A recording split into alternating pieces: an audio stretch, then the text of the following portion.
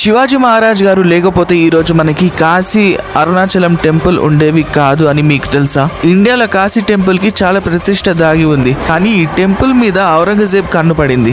ఔరంగజేబ్ ఆ Kashi town destroyed చేయడానికి orders ఇచ్చాడు. ఔరంగజేబ్ ఆర్మీ కాశీకి వెళ్ళింది. కానీ ఔరంగజేబ్ ఆ కాశీ టౌన్ డిస్ట్రాయిడ్ చేస్తున్నప్పుడు పెద్ద కత్తితో గుర్రం మీద ఒక రాజు వచ్చాడు. అదెవరో కాదు, ఛత్రపతి శివాజీ మహారాజ్. ఆ రోజు శివాజీ మహారాజ్ కాశీ టెంపుల్ కోసం యుద్ధం చేశాక ఔరంగజేబ్ కాశీ టౌన్ ని వదిలేసి వెళ్లిపోయాడు. తమిళనాడులో ఉన్న అరుణాచలం టెంపుల్ ని మొఘల్ ఎంపైర్ వాళ్ళు డిస్ట్రాయ్ చేసి ఆ ప్లేస్ లో మాస్క్ ని బిల్డ్ చేసుకున్నారు. ఈ విషయం తెలుసుకున్న శివాజీ మహారాజ్ గారు యుద్ధం ప్రకటించారు. ఆ యుద్ధంలో మొఘల్ ఎంపైర్ ని ఓడించి మొఘల్ ఎంపైర్ కట్టిన మాస్క్ ని శివాజీ మహారాజ్ డిస్ట్రాయ్ చేశారు. మళ్ళీ అదే ప్లేస్ లో టెంపుల్ ని కట్టారు.